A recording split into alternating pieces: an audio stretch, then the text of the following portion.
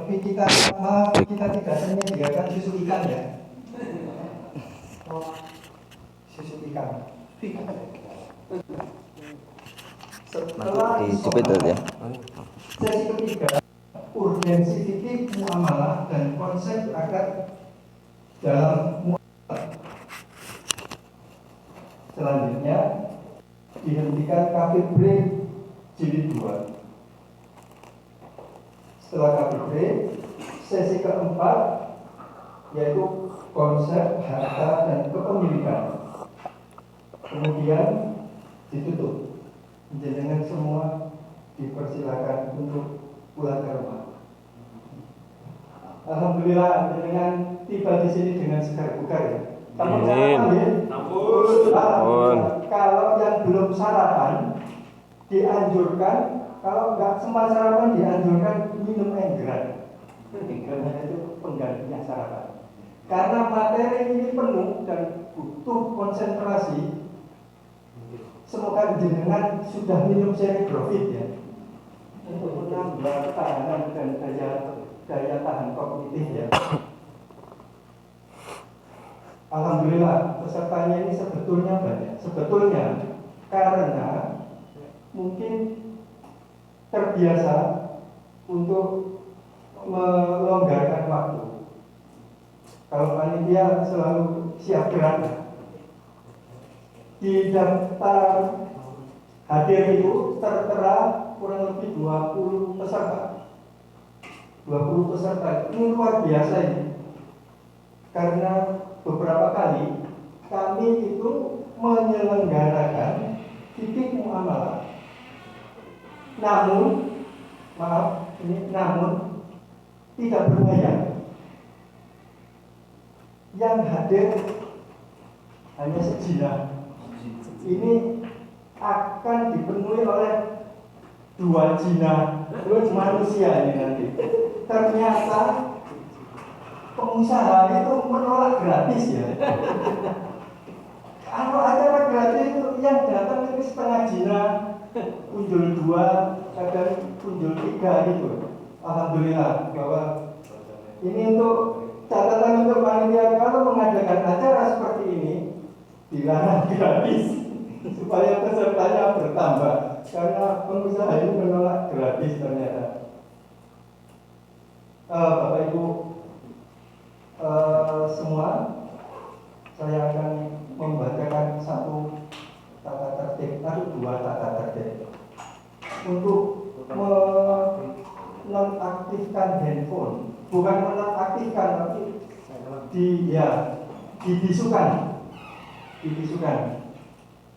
Kemudian nanti disiapkan alat tulis dan alat hapus, karena jenengan semua sudah ada materi. Tidak menutup kemungkinan catatan itu nanti digunakan untuk mencatat hal-hal yang tidak ada di materi. Begitu. Selanjutnya sudah siap nih. Baik 1, 2, 3, 4, 5, 6, 7, 8, 9. Ya karena ini tidak ada acara, tidak ada offline, tidak ada online, jadi acara akan segera dimulai. Kepada Ustadz Firly kami persilahkan. Siap.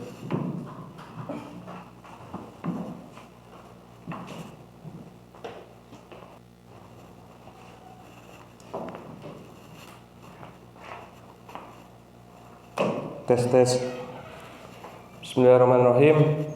Assalamualaikum warahmatullahi wabarakatuh. Waalaikumsalam warahmatullahi wabarakatuh. Saya ingin lebih semangat lagi, saudara-saudara. Saya jauh-jauh dari Jogja ke sini kok biasa-biasa aja. Kita ulangi lagi. Assalamualaikum warahmatullahi wabarakatuh. Waalaikumsalam warahmatullahi wabarakatuh. Wah, itu kan mantap. Mau kajian seharian. Oke. Kira-kira ada yang angkat tangan enggak nanti? Oke, alhamdulillahirabbil alamin. Assalatu wassalamu ala asrofil anbiya'i wa mursalin Sayyidina wa maulana Muhammadin wa ala alihi wa sahbihi ajma'in, amma ba'd. Ya, alhamdulillah pagi hari ini kita bisa berkumpul bersama. Ya, akhirnya ada kajian fikih muamalah di Blitar yang selama ini sudah diagenda-agendakan. Memang kalau bab muamalah lagi nggak ngenak-enak kayak gitu. Dan masih banyak yang berpikiran lebih baik tidak tahu daripada tahu. Atau sebenarnya dia tahu bisnisnya itu bermasalah, tapi dia nggak mau datang karena biar tidak terkonfirmasi bahwasannya bisnisnya salah. Akhirnya kan dia, ya saya kan belum tahu. Ya. Tapi alhamdulillah saya mengapresiasi jenengan-jenengan semua yang sudah berkenan untuk hadir, ya. Dan saya sampaikan bahwasannya kegiatan kita ini kegiatan yang serius. Kita memang mau belajar. Ya, walaupun kita jalankan dengan santai. Tapi ini serius. Tapi santai. Ya. Saya alhamdulillah mulai belajar fikih muamalah itu 2015-an lah. Itu pun belajarnya itu karena ikut IBC dulu. Namanya Islamic Business Coaching. Itu uslub sebelum TMP. Saya ini produk IBC batch 3. Itu total pertemuannya 36 seingat saya. Dan itu acaranya 2 mingguan yang diampu oleh Ustadz Condro. Alhamdulillah entah kenapa waktu IBC pertemuan pertama saya datang bareng teman-teman itu kok saya tertarik bab ini begitu loh. Bab fikih muamalah itu saya nggak tahu kenapa saya tertarik. Akhirnya kalau ingat saya dari 36 kali pertemuan itu saya tuh nggak datang tuh cuma 4 kali kalau nggak salah. Karena acaranya juga nggak jauh dari rumah. Nah alhamdulillah setelah selesai dan saya akhirnya di closing ikut ngaji. Dan saya diampu disuruh jadi ketua IBC 456. Dan karena saya jadi ketuanya, kira-kira saya ngulang lagi enggak? Ngulang. Saya walaupun kajiannya begitu, tahu sendiri Ustadz Condro itu kalau bawain kan enak ya, nyantai, humoris. Tapi kalau beliau ngajarin, saya serius. Jadi kalau anu tuh duduk di belakang, tapi saya dengerin, bukan ngobrol sama panitia terus anu, enggak. Dan saya ngulang. Nah dalam perjalanannya itu ternyata kan di Jogja itu ada gurunya Ustadz Condro, yaitu Ustadz Siddiq yang ahli fikihnya. Saya akhirnya ikut kelasnya Ustadz Siddiq yang juga bersilabus. Makanya karena guru-guru itu ngajarinnya bersilabus, saya juga stylenya bersilabus gitu loh. Dan ternyata pembelajaran yang benar itu memang bersilabus atau terstruktur. Nah akhirnya saya ikut kelasnya Ustadz Siddiq waktu itu ya kelasnya berbayar memang. Nah saya sampein lagi sama Ustadz Siddiq, kalau di Jogja ngisi biar saya yang nganterin. Oh iya. Akhirnya apa? Kalau Ustadz Siddiq ngisi ke tempat A, B, C, saya nganter. Dan kalau tempatnya baru, mesti materinya mulai dari materi 1 lagi. Saya ngulang lagi. Dan momen yang paling menguatkan itu malah di sesi tanya jawab. Kenapa? Karena banyak maklumat yang tidak didiskusikan secara saklek di teori gitu loh.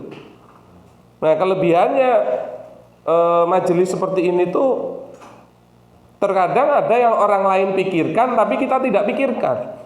Oh iya ya, lek ngono ki piye? Nah akhirnya maklumatnya semakin banyak. Dan alhamdulillah saya juga berbisnis. Makanya ya bedanya. Jadi gini, pebisnis itu nggak langsung paham bahasanya ulama. Begitu juga ulama nggak langsung paham bahasa pebisnis. Nah disitulah posisi konsultan bisnis syariah itu di tengah-tengah situ. Kami bukan ulamanya, tapi kami belajar dengan para ulama yang mana kami juga mempraktekkan di dalam bisnisnya. Makanya kalau untuk implementasi bisnis bisa jadi kami lebih paham daripada para ulama. Dan memang idealnya ulama itu tidak berbisnis. Kenapa? Karena agar pendapatnya objektif. Yang susah itu kalau ulama dia berbisnis yang akhirnya karena mau melancarkan bisnisnya kan jadi pendapatnya nggak objektif. Ya, apalagi begitu. Nah, makanya kenapa harusnya ya ulama itu yang memelihara itu memang negara gitu loh. Dengan keilmuannya. Bukannya terus nggak boleh ya. Cuman kan akhirnya kita butuh pendapat yang objektif. Oke, siap untuk belajar? Ya. Semoga apa yang kita pelajari hari ini menjadi ilmu yang bermanfaat. Ya, dan juga salat dan salam kita panjatkan pada junjungan kita Nabi besar Muhammad sallallahu alaihi wasallam yang semoga kita menjadi umat yang mendapatkan syafaatnya. Amin. Nah, untuk kelancaran serta keberkahan kelas kita hari ini, insya Allah kita lakukan full ya dari pagi sampai sore nanti jam 5. Nah, kalau mau dipotong di tengah berhenti ya monggo-monggo saja, tapi kan eman-eman. Ya. Nah, untuk kelancaran serta keberkahan kelas kita hari ini, mari sebelum mulai kita sama-sama membaca umul kitab Al-Fatihah. A'udzubillahi minasyaitonir rajim.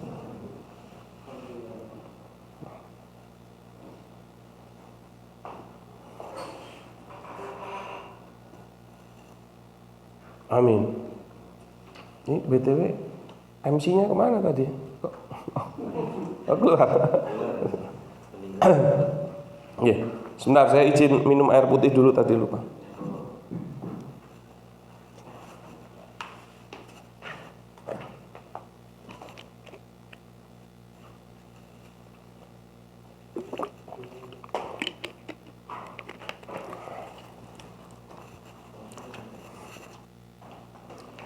Dan saya berharap jenengan serius ngikutinnya. Dan godaan terbesar dalam belajar begini itu ngantuk. Ya, maka solusikan. Makanya teman-teman saya selalu nyaranin kalau ada kelas kayak gini apalagi panjang, sediakan kopi. Ya, nanti kalau perlu ya monggo disolusikan. Cari kopi, minum kopi. Kopi botolan ya akeh sing derek diminum. Ya, kalau masih ngantuk lagi siram ke mukanya. Oke, kita hari ini dimulaikan dengan materi kaidah bisnis di dalam Islam. Jadi insya Allah kalau silabusnya ada 20. Oke, dan satu kali pertemuan itu 4 materi. Jadi insya Allah agendanya 5 kali pertemuan. Dan untuk pertemuan yang pertama ini belum ngomong ke akad. Kita belum ngomongin akad-akad dasar, tapi kita ngomongin dasar-dasar akad dulu. Karena memahami dasar-dasar akad itu juga lebih penting daripada langsung ngomongin akad dasar. Alhamdulillah kita itu memang diajarin dari awal sama guru-guru kita itu terstruktur gitu loh. Dan harusnya memang dasar teori dulu. Makanya kalau kayak tadi malam kita diskusi ada masalah syirkah gini. Kita itu harusnya dudukkan dulu, oke, dasar teori syirkah itu gimana gitu loh. Karena kalau Anda tahu dasar teori syirkah itu gimana, Anda itu sebenarnya bisa tahu kesalahan Anda sendiri di titik mana. Nah biasanya orang-orang itu terutama pebisnis ya itu maunya instan. Wis pokoknya ini halal kok haram. Wah, itu tak tahu. Enggak mau peduli kenapa kok ini halal, kenapa kok ini haram. Padahal ilmunya di situ. Karena kalau Anda punya dasar teorinya, ketemu permasalahan yang lain lagi, bisa tahu langsung. Nah kalau itu namanya tatbikul hukmi, bukan istihad. Kita ini levelnya masih awam, orang biasa, nggak mungkin melakukan istihad. Tapi kalau tatbikul hukmi, semua orang boleh penerapan hukum. Jadi setelah saya tahu fikih jual beli itu begitu, terus terjadi ada kasus jual beli begini, kasus jual belinya salah, tidak sesuai fikih jual beli, boleh saya ngomong, loh haram itu, karena kan saya sudah belajar fikih jual beli. Bukan, loh kamu siapa bilang-bilang haram, emang kamu ulama, mustahid kamu, enggak gitu. Nah berarti kalau kayak gitu kita juga nggak bisa dong ngomongin orang yang minjem ke bank, haram riba, bukan ulama, nggak gitu konsepnya. Dan sekarang gampangnya aja, kita sudah tahu yang namanya sholat subuh itu 2 rakaat. Terus ada orang sholat subuh 3 rakaat, boleh nggak kita salahin? Ya boleh kok. Bukan terus tunggu jadi ulama, jadi mustahid, imam mazhab baru ngomong, itu nggak boleh. Ya selak kesuwen loh. Makanya ya dalam muamalah jangan baperan. Nah, waduh, ini jagoannya. Ini kita akan perkenalkan ya, Tuan studi kasus. Jadi, moga-moga gimana kabarnya? Ada sehat ya?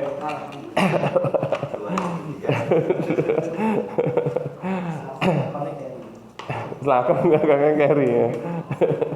Oke, kita masuk ya, kaidah bisnis dalam Islam. Sudah siap belajar? Ya. Semangat? Semangat. Iya dong, yang ngomong aja jauh-jauh dari Jogja semangat kok.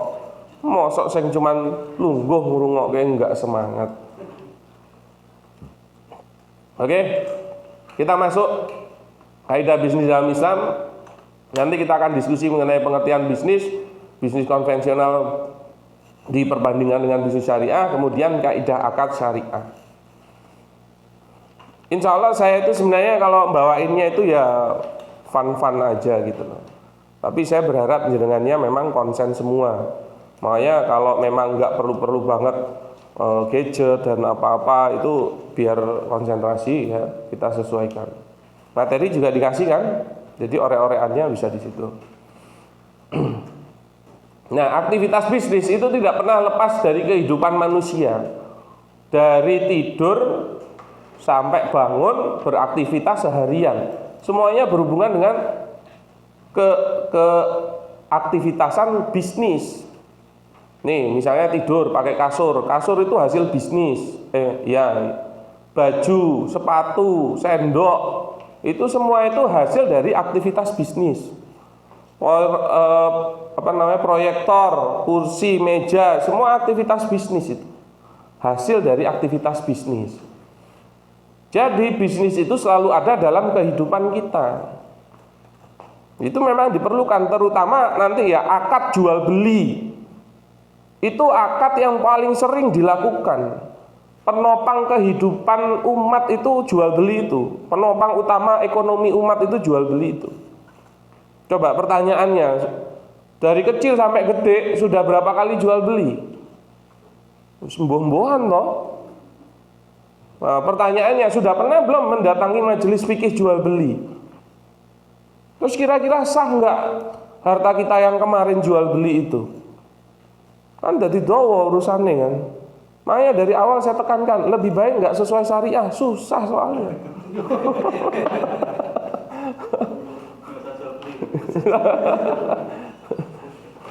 Nah, karena kita mau melakukan bisnis, kita harus paham apa itu bisnis. Jadi kita itu memang membahas bisnis syariah ya. Dan memang ini kita lakukan sesuai syariah, tapi kita itu melakukan bisnis. Jadi jangan terus, ya saya paham syariah, tapi nggak paham bisnisnya. Makanya kalau kita mau bisnisnya bisnis syariah, itu tetap belajarnya dua Pak, Bu. Ilmu syariah iya, ilmu bisnis iya. Karena ilmu syariah ngomongin apa? Halal, haram. Kalau ilmu bisnis ngomongin apa? Untung, rugi. Enggak punya ilmunya dua-duanya kok ngegas.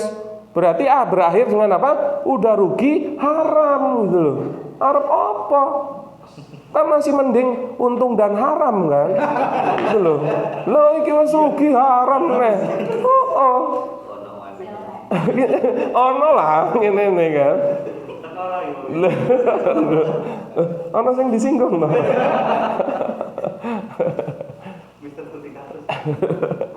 Ya, jadi jangan sampai gitu loh, udah rugi haram gitu loh. Ora penak toh. Nah, apa sih bisnis itu? Yaitu segala aktivitas individu atau organisasi untuk memproduksi dan memasarkan barang atau jasa kepada konsumen dengan tujuan memperoleh profit. Nih, ini takrif bisnis tuh ini. Pengertian bisnis itu adalah segala aktivitas individu atau organisasi untuk memproduksi dan memasarkan barang atau jasa kepada konsumen dengan tujuan memperoleh profit. Berarti yang namanya bisnis ada unsur-unsurnya. Dan unsur-unsur itu harus dipenuhi. Unsur yang pertama, harus ada pelakunya. Kalau nggak individu, organisasi, yaitu sekumpulan individu. Kalau sendirian individu, perlu akad nggak? Enggak. Tapi kalau sekalinya organisasi atau sekumpulan individu, udah pasti harus ada akadnya nggak? Iya, itu aja langsung kelihatan. Kemudian ada kegiatannya, memproduksi, memasarkan, manajemen, dan lain-lain. Dan juga ada sasarannya, yaitu konsumen. Misalnya Bu siapa namanya di belakang? Bu siapa? Bu Eni. Pinter membuat pisang gorengan. Enak gorengannya. Tapi masak buat suami dan anak-anak di rumah. Itu ada sasarannya enggak? Lah enggak, maksudnya konsumen sebagai sasaran ada enggak? Enggak, berarti bukan bisnis yang digoreng neng omah di dalam neng mejo, itu bukan kegiatan bisnis. Dulu waktu 212 di Monas itu banyak tukang roti, bakso itu menggratiskan dagangannya hari itu. Berarti dia itu ketemunya konsumen atau bukan? Bukan. Berarti hari itu sedang tidak dagang, tidak bisnis. Gitu loh. Maka harus ada sasarannya. Dan ingat ya, kalau Anda mau, ini ilmu bisnis nih, makanya insya Allah kami konsultan bisnis syariah itu tidak hanya memahami ilmu syariah saja. Karena kami berusaha bagaimana mensupport klien untuk bisa berbisnis yang sesuai syariah dan profit. Nah, berarti apa? Konsumen ini tentang pasarnya. Salah satu kunci bisnis yang menghasilkan itu harusnya apa? Produknya market fit. Api-api produknya tapi nggak market fit, nggak jalan itu. Nah, itu juga harus didiskusikan. Nah, kemudian ada hasilnya. Hasilnya apa? Yaitu kalau enggak barang, jasa. Dan ingat, objek akad di dalam Islam cuman 2 yang syar'i. Kalau enggak barang, jasa. Tidak ada objek syar'i yang lainnya. Coba kita diskusikan. Kalau asuransi itu objek akadnya apa? Jasanya jasa apa, Bu? Memberikan kesehatan, pemeliharaan kesehatan. Itu kan rumah sakitnya yang melakukan. Apakah dia ngasih barang? Enggak. Jasa? Enggak sebenarnya. Makanya kalau asuransi itu objek akadnya sendiri itu tidak sah karena tidak syar'i. Dan objek akad nanti kita pelajari di pertemuan berikutnya. Nanti ada di konsep akad. Objek akad itu harus ada karena menjadi rukun. Nah, kalau mau diposisikan objek akadnya asuransi itu ya janji itu. Kalau kamu sakit tak bayari. Kalau kamu meninggal tak santuni. Nah, itu tidak syar'i. Dan ini yang vital itu juga salah satunya adalah tujuannya harus profit. Taunya dari mana profit itu? Dari apa? Dari hitungan. Makanya yang namanya kegiatan bisnis itu kegiatan hitung-hitungan, bukan ikhlas-ikhlasan. Sudah terlalu banyak bisnis kerjasama yang bermasalah, dasarnya nggak jelas. Makanya nggak usah masukkan nilai-nilai sosial di dalam bisnis Anda, itu clear. Anda memang mau tujuannya profit, dan itu dikarenakan hitung-hitungan. Masalah nanti Anda bisa mendapatkan benefit yang lain, urusan yang berikutnya. Karena kalau profitnya nggak ada, itu mau sebulan 2 bulan ya entek kuwi ora lanjut bisnis kuwi. Saya pengen punya bisnis biar bisa sedekah yang banyak. Lah sedekah yang banyak piye yang profitnya enggak ono kok. Modalnya sedekah. Makanya hati-hati nanti kalau sedekah. Tidak boleh di laporan keuangannya itu ujuk-ujuk udah ada sedekah, zakat. Zakat itu pun juga kan kondisionalnya ada syarat dan ketentuannya. Yang harus dituju utama adalah profit dulu.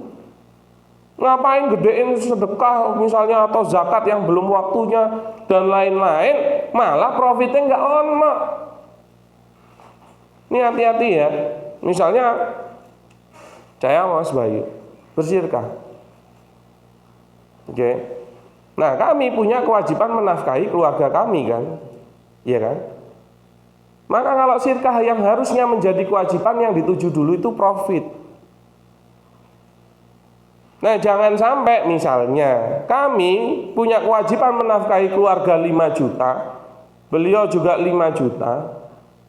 Pas ada bagi hasil 10 juta 50-50, ya kan?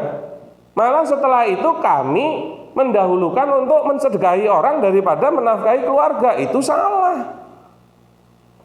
Jadi jangan sampai 10 jutanya ternyata dipotong dulu sedekah misalnya 1 juta, malah jatuhnya kalau dibagi hasil untuk 4,5, yang malah kewajiban untuk menafkahinya terhalangi. Dan itu banyak yang ngomongin biar kita berkah langsung 20%. Nah, lebih baik apa? Dibagi hasil dulu, baru ajaknya kalau udah jadi uang sendiri-sendiri, yuk kita sedekahan yuk, terserah maunya berapa. Ingat ya, menafkahi keluarga hukumnya juga wajib loh ya. Sedangkan bersedekah sebenarnya hukumnya sunnah. Jangan diwalik. Ini untuk menyedekahi janda-janda. Wah, ini ono tujuan liyane lek kuwi. Berarti harus profit didasari hitung-hitungan dan tahunya di mana hitung-hitungan itu? Di laporan keuangan.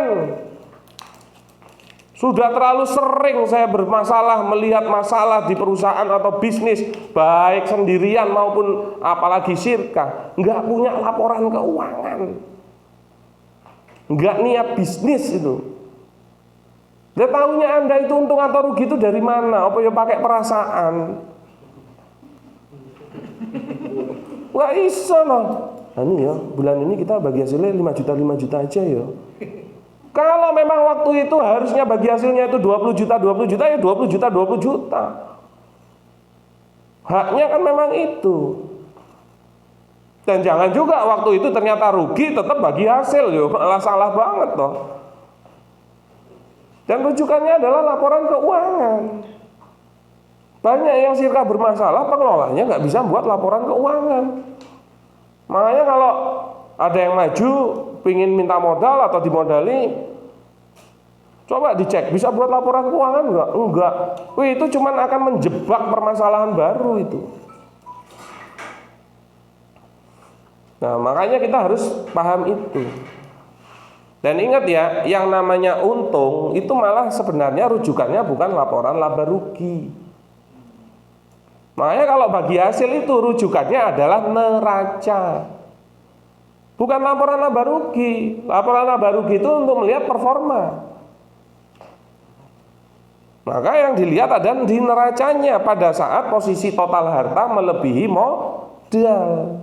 Itu kelihatannya di neraca. Makanya kalau ada pengusaha mau syirkah yang syar'i, yang dia tuju adalah surga dan neraca. Gitu loh. Karena neraca itu tempat profitnya. Nah, bisnis itu melakukan proses, Pak, praktek bisnis. Praktek bisnis itu ada alurnya, ada input, proses, output, dan outcome.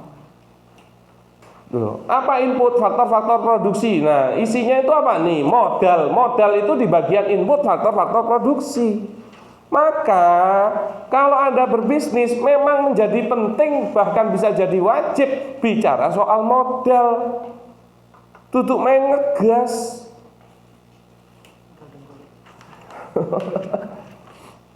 Tenaga kerjanya bagaimana dan lain-lainnya. Kemudian ada prosesnya, manajemen teknologi. Kemudian ada barang atau jasanya, outcome-nya. Begitu juga dengan output-nya. Maka sebenarnya kita kalau mau berbisnis dan belajar ilmu bisnis, yang dipelajari iki semua iki, bukan cuma tentang modalnya, bukan tentang penjualannya, tapi semuanya memanage ini semua.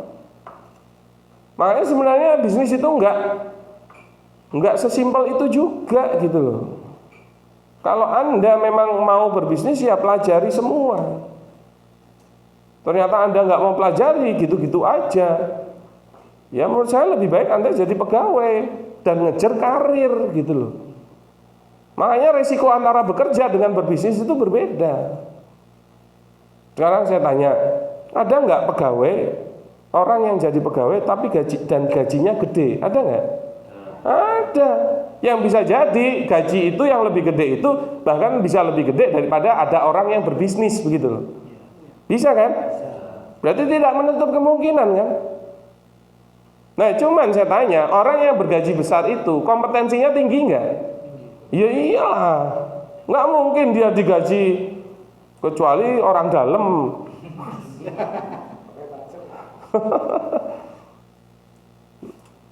Dan kalau dia itu sudah kompetensinya besar dan memang dia bisa mendapatkan gaji besar, tapi biasanya dia sudah meronta-ronta pingin bisnis sendiri.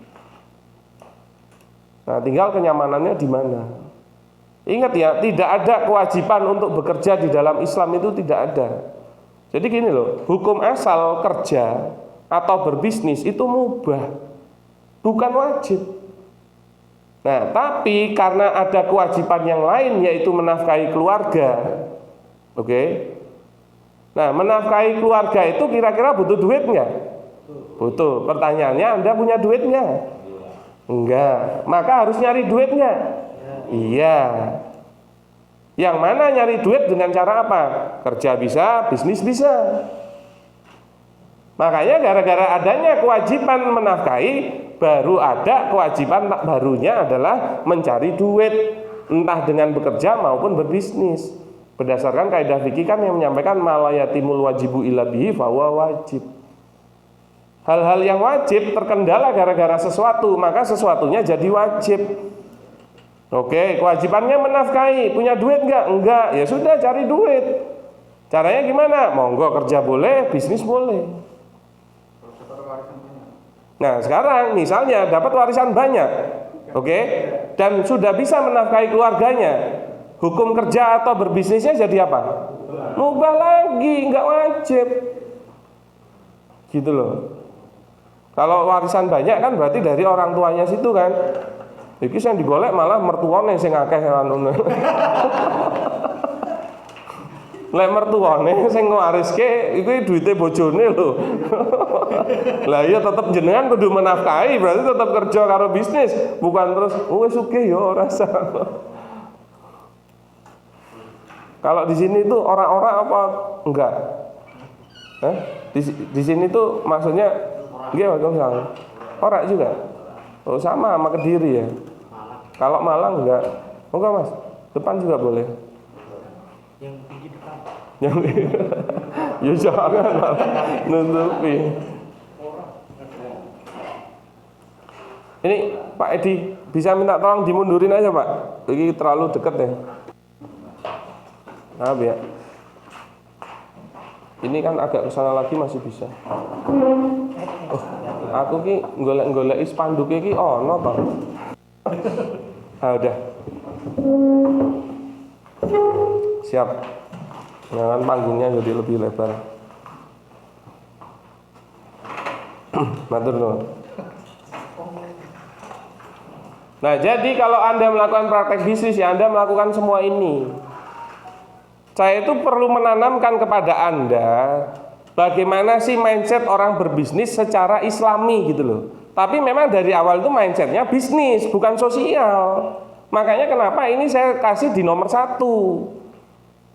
Karena kalau giroh Anda itu tidak clear mengenai profit, nggak usah diskusi mengenai bisnis syariah.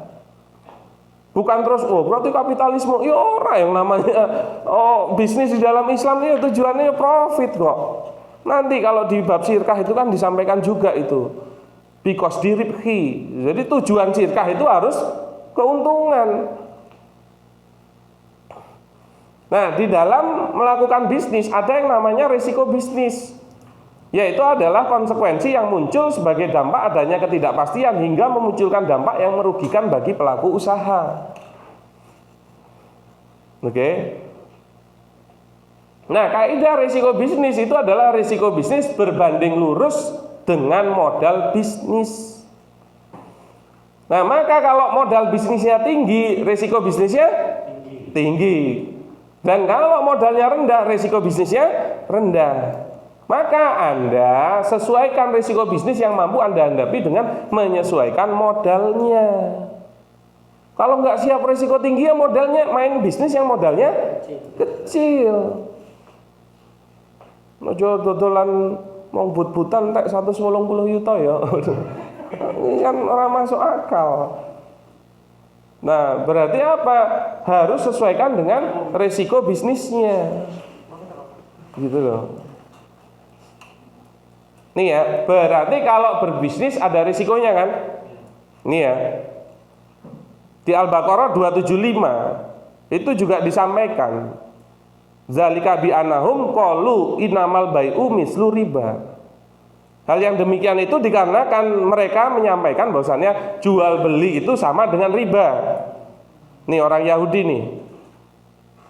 Ngeyelnya minta ampun. Ya, misalnya saya beli HP-nya jenengan 2 juta. Sudah saya beli ya. Saya jual ke Mas Bayu 2,5 juta. Boleh nggak? Boleh. Boleh. Dapat untung berapa saya?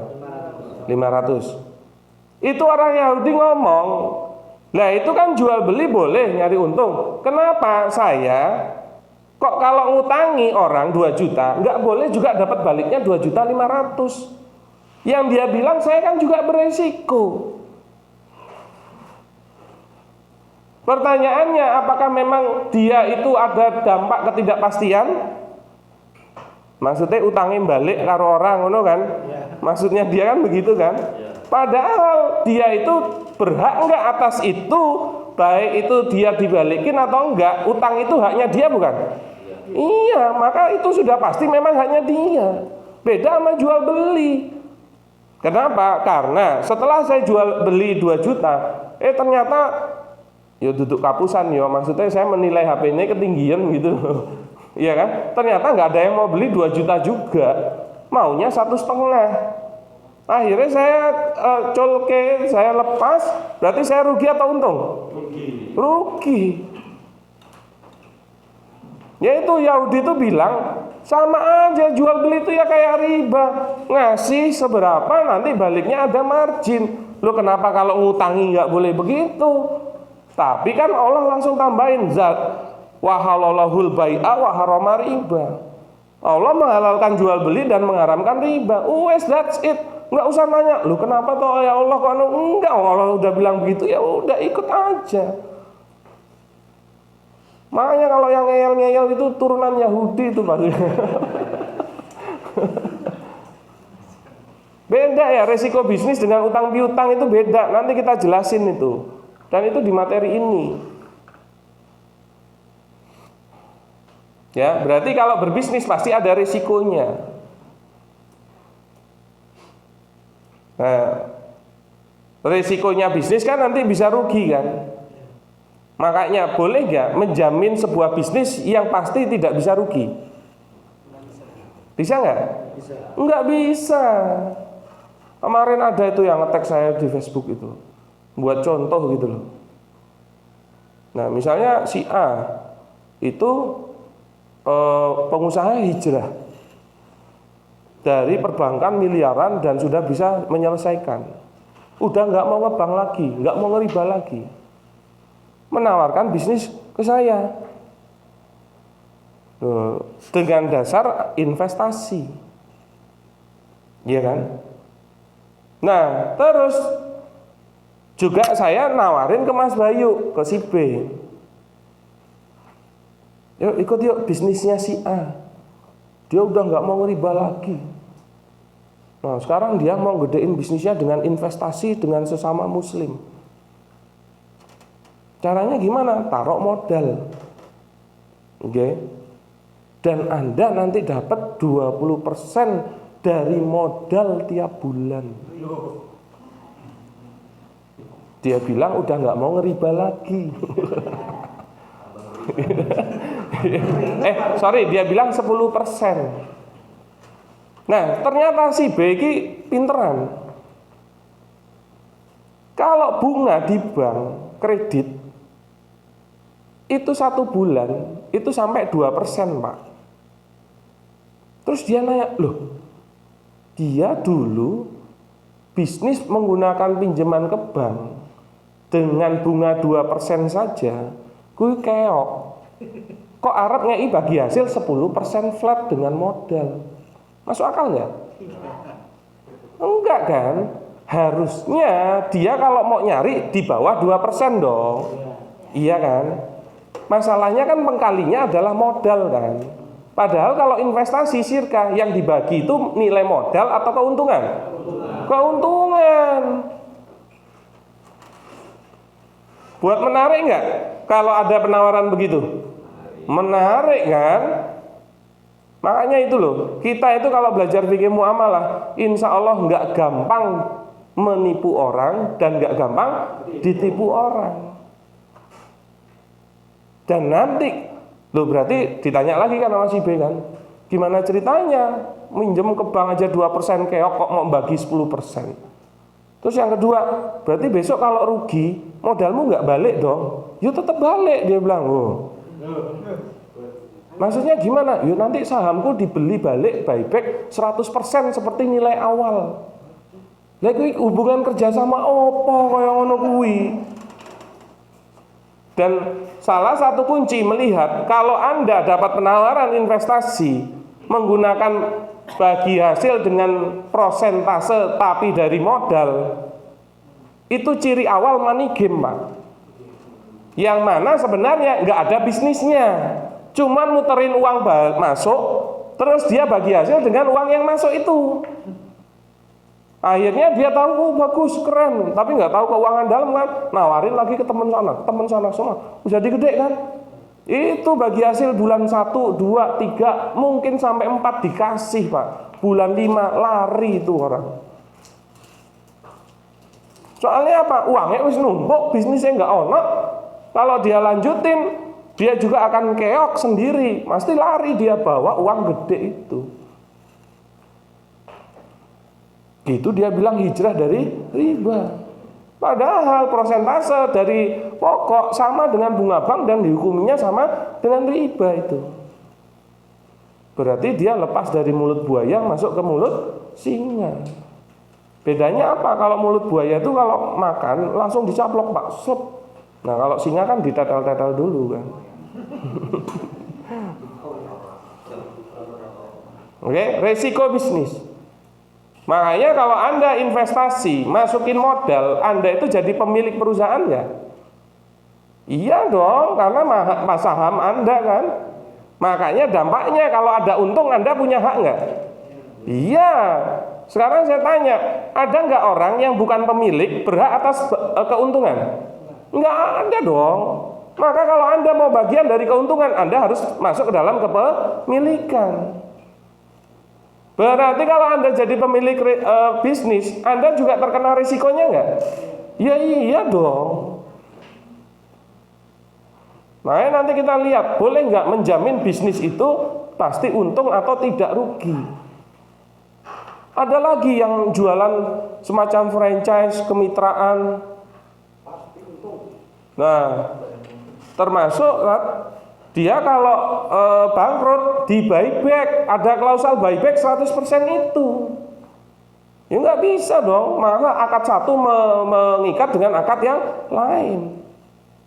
Makanya orang yang narok seneng-seneng aja kan, gampang kok rugi ya tak jaluk rono. Nggak niat bisnis karena dia tidak melewati fase risiko bisnis. Jadi ingat ya, syariat di dalam Islam itu logis banget. Makanya sebenarnya kalau dipelajari secara konsisten, itu tuh Anda bisa tahu bahwasanya ini benar.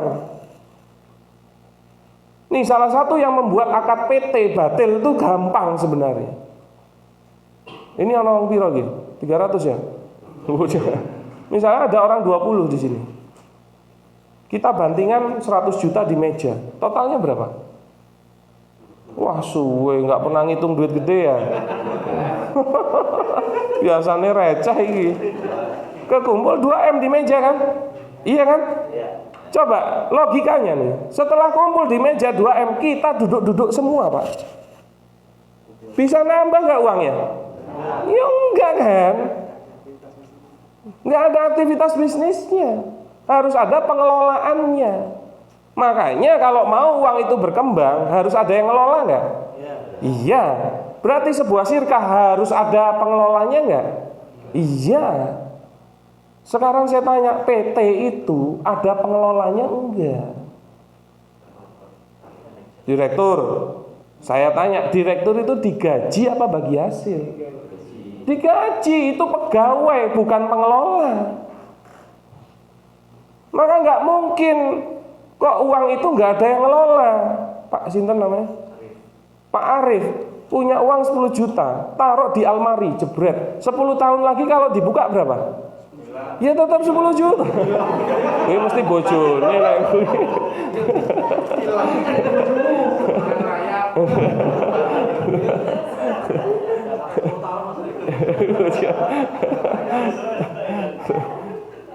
Iya kan? Kecuali Pak Arif ngambil dan mengelola itu.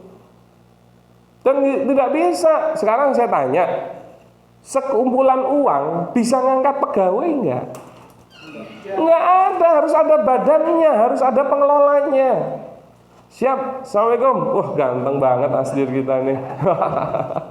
Maka Ustaz. Maka nggak mungkin gitu loh. Kok duit ditumpuk orang no pengelolaan, kok iso nambah goib kuwi. Indikasi paling gampangnya ono tuyule wis kuwi. Iya kan? Makanya yang saya tuh bingung sama orang yang sependapat bahwasannya PT itu boleh. Logikanya di mana? Dan Islam itu logis, nggak mungkin enggak. Makanya boleh nggak jual beli barang yang tidak ada? Boleh nggak? Enggak, memang syarat awal jual beli la tabi malaysa indaka. Janganlah engkau menjual barang yang belum ada di sisimu. Salah satu pengertiannya belum dimiliki. Makanya kan nggak bisa. Logis dong di dalam Islam dong. Oke, nah berarti ada resiko bisnisnya. Nah, selain ada risiko bisnisnya, juga ada keuntungan bisnisnya. Nah, ini dampak positifnya, tadi dampak negatifnya. Nah, untung itu sebenarnya pendapatan lebih besar daripada beban, yaitu kelebihan total pendapatan dibandingkan total bebannya. Itu untung, tapi yang namanya keuntungan bisnis itu pada saat total harta melebihi modal. Gitu loh. Jadi yang sebenarnya diincar itu yang ini adalah total harta lebih besar daripada modal itu. Tuh, makanya kenapa rujukan bagi hasil itu adalah neraca, bukan laba rugi. Nanti kalau udah ngikutin 5 pertemuannya atau nanti juga masuk ke bab syirkah itu bisa paham gitu loh. Tapi memang belajar fikih muamalah itu nggak instan gitu loh, pelan-pelan. Nggak yang ujuk-ujuk pinter.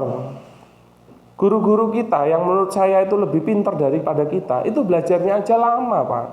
Nah kita yang rata-rata begini berharap lebih cepat daripada guru-guru kita tersebut. Masalahnya apa? Beliau-beliau meluangkan waktu, energi, biaya, materi. Maka menjadi wajar bisa seperti itu. Nah kita aja wes digaweke, difasilitasi. Tadi katanya MC-nya pernah dibuatin kelas yang gratis, malah orang sing teko.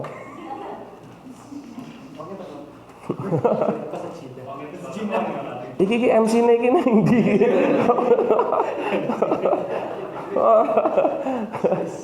Akadnya cuma MC aja ya. Terus ulang. Nah, analogi keuntungan. Saya punya modal 1 juta, saya belikan HP seharga 1 juta. Oke, berarti modalnya sekarang dalam bentuk HP. Nah, kalau saya jual 900, saya untung atau rugi? Rugi. Kalau saya jual 1 juta, untung atau rugi? Impas. Kalau saya jual 1.100.000, untung atau rugi? Untung. Ini analogi gampang banget, anak SMP paham. Berarti yang namanya untung itu kapan? Pada saat total harta melebihi modal. Nah, untung itu adalah pada saat total harta melebihi modal. Dalam hal ini 1.100.000 lebih besar daripada 1 juta. Tapi saya tanya, untungnya berapa toh? Cuman 100. Maka yang dibagi hasil yang mana? Yang 100, bukan 1.100.000, bukan 1 juta. Wih, jenengannya membagi modal wih. Oke, kita sirka dapat modal 1 juta, kita belikan HP. Dan ternyata didol nggak ada yang mau beli kecuali harga 900. Terus akhirnya jual aja. Pertanyaannya, pengelolanya dapat bagi hasil nggak? Kenapa kok enggak? Lah rugi. Ngono kok tetep maksa. Lah aku wis ngedolke endi bagi hasilku. Lah tetelane rugi. Tapi kalau akadnya makelar, bisa dapat nggak? Bisa dapat nggak? Tapi kalau makelar itu pemilik bisnis bukan? Bukan. Pemilik barang bukan? Bukan. Ngomongnya adalah komisi, bukan bagi hasil. Ini masih banyak ya yang salah memposisikan, dikira makelaran samsaroh itu juga berbagi hasil. Salah itu. Dia komisi walaupun memang cara hitungnya juga prosentase. Nah, itu masih banyak yang mengira pokoknya prosentase itu dikiranya itu bagi hasil. Berarti kalau syirkah itu implikasinya bagi hasil. Kalau samsaroh atau makelar implikasinya adalah komisian. Kita harus mulai straight dalam penggunaan term-termnya ya, termin-terminnya ya, judul-judulnya itu. Aku kemarin minjem modal. Oh, iki piye iki? Minjem modal. Berarti akadnya qard apa syirka? Iya harus jelas. Aku kemarin minjem modal. Ya kalau minjem modal. Itu aja sudah mulai membingungkan gitu loh. Aku kemarin minjem modal, terus dia minta bagi hasil. Oh, tambah bingung lah. Piye?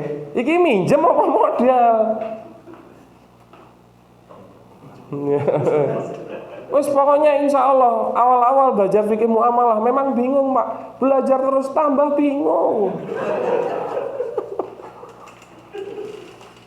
Tapi Anda akan berhati-hati. Dan kalau Anda belajar fikih muamalah ini dan memang Anda praktisi, insya Allah lebih cepat daripada seorang akademisi untuk memahaminya. Kenapa? Karena Anda mempraktekkan langsung. Contohnya banyak studi kasus ya.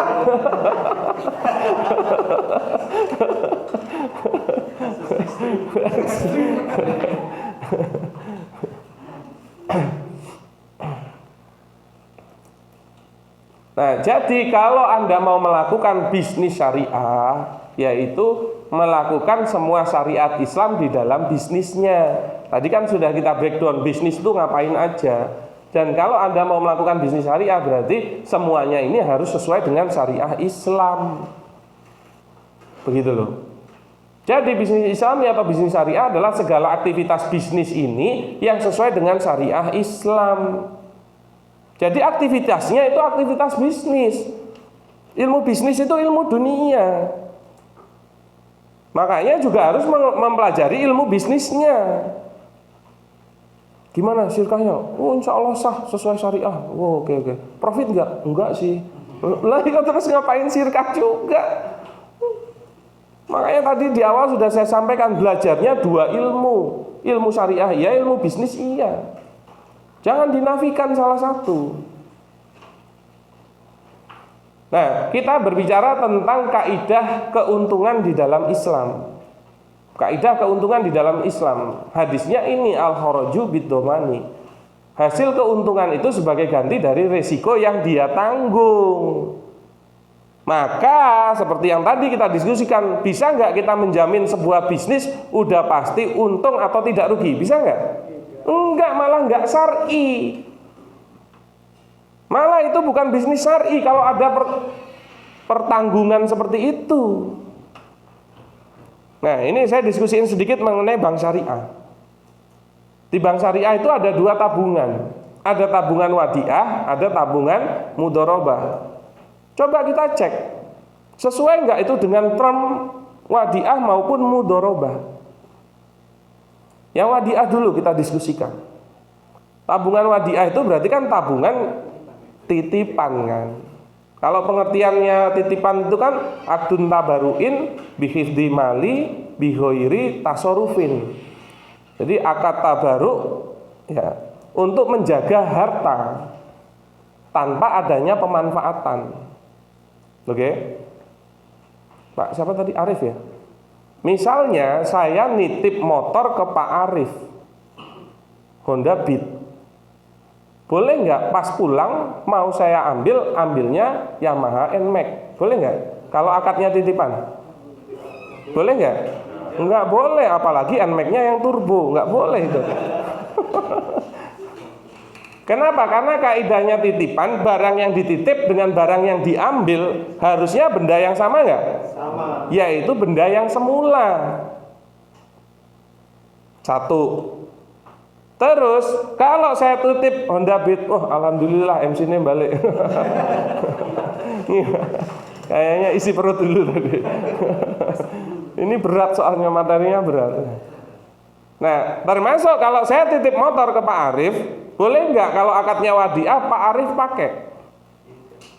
Nggak boleh, merusak kaidah titipan itu.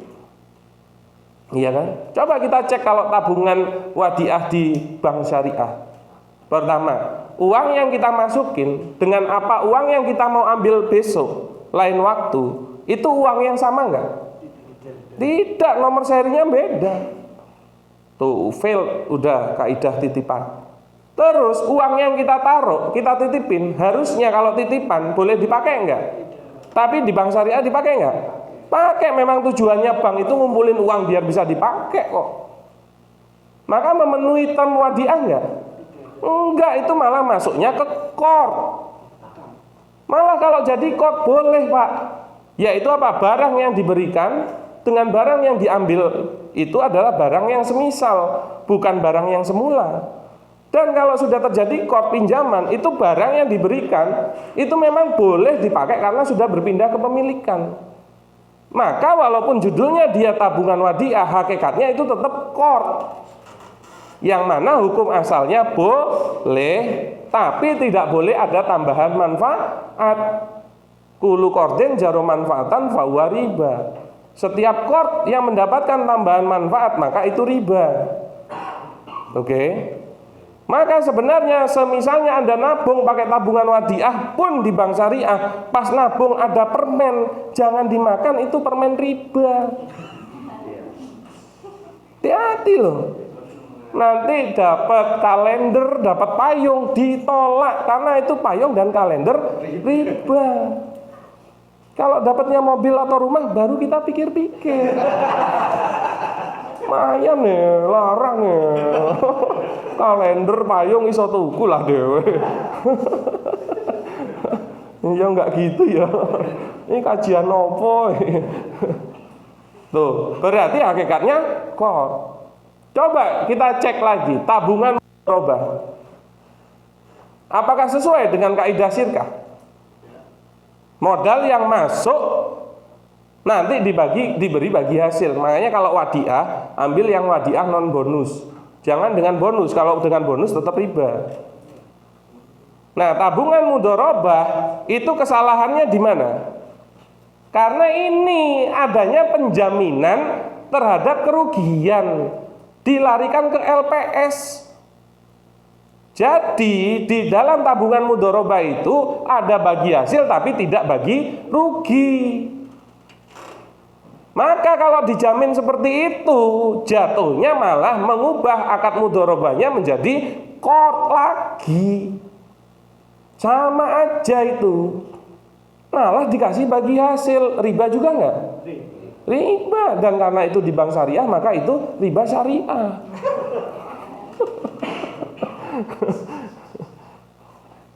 Gimana itu? Makanya Pak, sebenarnya ya mohon maaf ya, jangan terpaku pada judul-judul syariah. Kita makanya harus paham akad.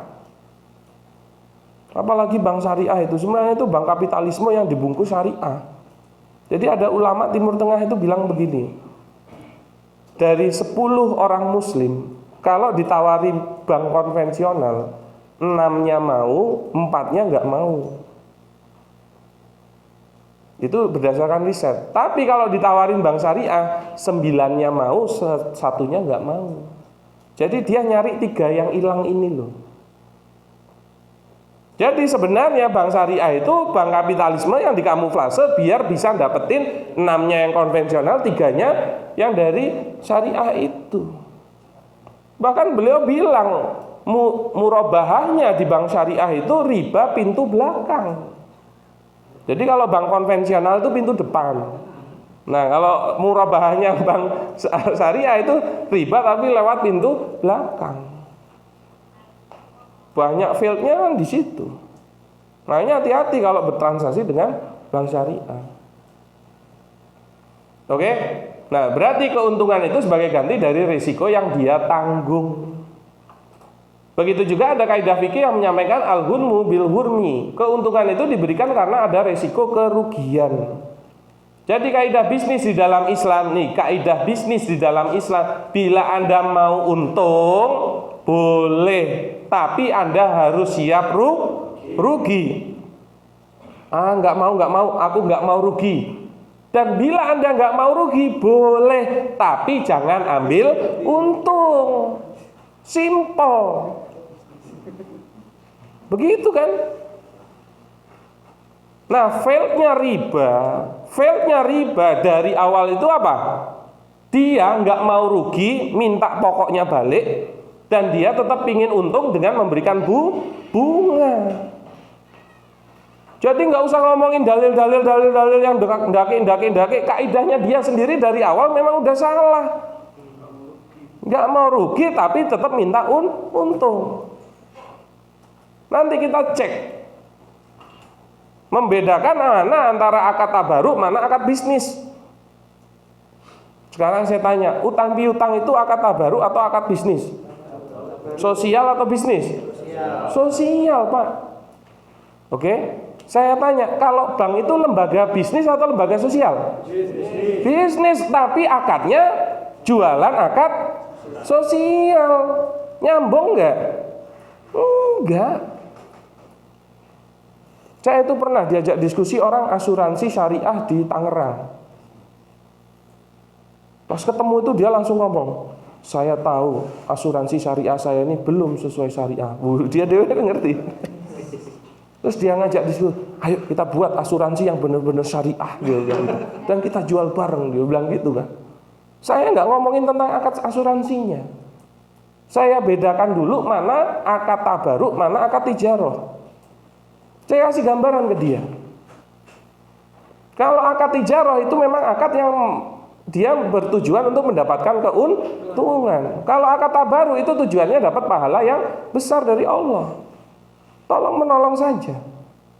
Terus saya tanya, perusahaan Anda itu lembaga bisnis apa lembaga sosial? Ya lembaga bisnis. Oke, kalau memang perusahaan Anda lembaga bisnis, nggak usah malu-malu. Berarti yang harusnya Anda lakukan adalah akad bisnis, bukan mengelola kegiatan-kegiatan sosial yang nyari untung. Makanya bank itu sudah fail dulu. Dia berbisnis di akad sosial, yaitu qard atau pinjaman. Oke? Yang berikutnya lagi pegadaian. Pegadaian itu melakukan akad rohan. Akad rohan itu juga akad sosial. Kok nyari untung? Itu udah fail. Lanjut lagi berikutnya asuransi. Itu juga fail. Kenapa? Itu melakukan akad doman. Akad doman itu sebenarnya akad sosial juga. Kok nyari keuntungan? Makanya lembaga itu 3 itu sudah fail dari awal, berdirinya tidak sesuai dengan kaidahnya gitu loh. Itu harus jelas di depan. Maka pahami mana akad-akad tabaruk, yaitu tolong menolong atau sosial, dan mana akad-akad tijarah, bisnis atau komersil. Oke? Masih semangat ya? Oh, masih udah mulai abot-abot kopi. Kayaknya di situ lapangannya gede kan? Nah, lari boleh lari 1-2 kali putaran nanti. Nah, kita pecah mana akad tijarah, mana akad tabaruk. Jadi kalau akad tijarah itu adalah profit oriented. Oke, kalau akad tabaruk non profit oriented. Makanya disinilah akad bisnis ini akad sosial.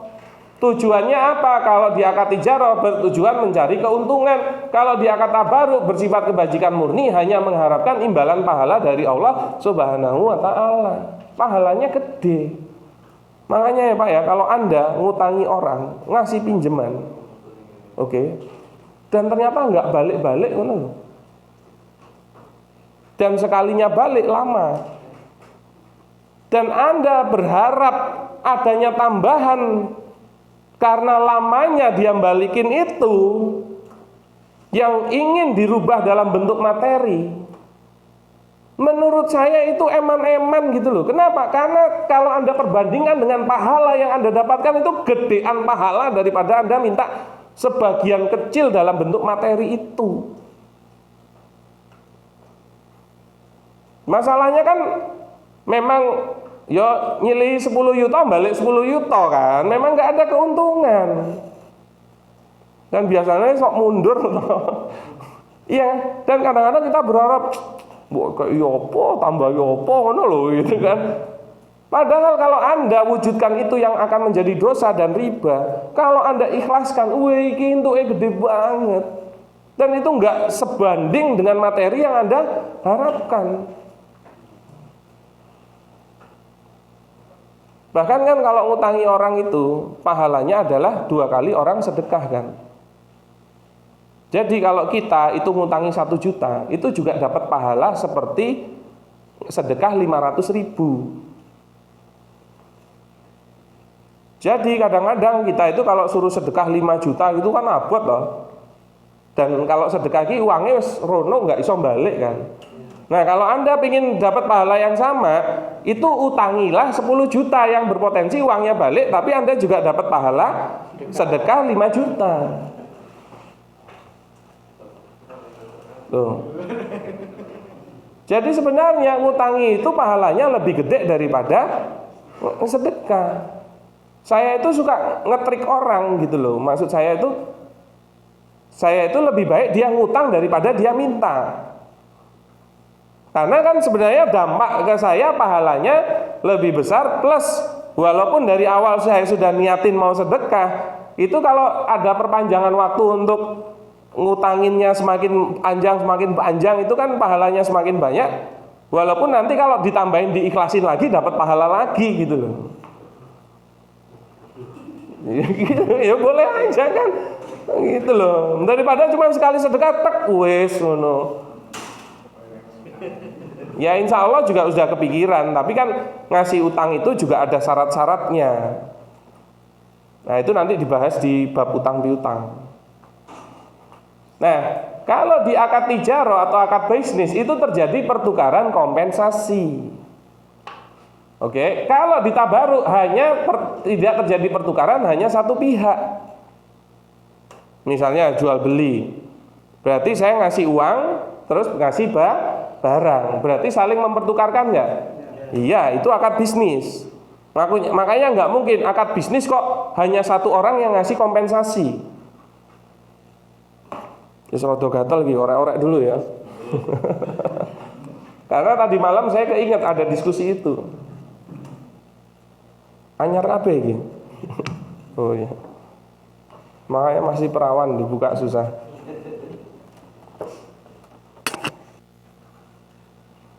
Nah, jadi kalau akad bedanya sama akad tabaruk. Nah, ini akad sosial. Jadi kalau di akad bisnis A memberi sesuatu kepada B, maka menjadi wajib beri sesuatu kepada A, itu akad bisnis. Makanya konsepnya muawadhah itu. Tapi kalau sosial, A memberi sesuatu kepada B, ada kewajiban nggak B memberi sesuatu kepada A? Mas Bayu kasih duit 1 juta ya? Oh iya terima kasih gitu kan. Terus saya lihat, kok HP-nya bagus. Oke, buat saya ya. Tadi udah tak kasih duit loh 1 juta. Boleh nggak? Nggak boleh, karena dampaknya adalah kalau memberi sesuatu tidak ada kewajiban B memberi sesuatu kepada dia. Tapi kalau karena kebaikannya lalu B tetap mau ngasih sesuatu kepada A, boleh nggak? Tapi dia dua akad yang berbeda, yang tidak boleh saling mengikat antara akad satu dengan akad dua. Kalau di sini pertukarannya di dalam satu akad. Contohnya, Mas Bayu saya pinjem motornya. Berarti ariyah ya, saya pinjem motornya. Pulangnya saya beliin bensin, boleh nggak? Jadi riba nggak?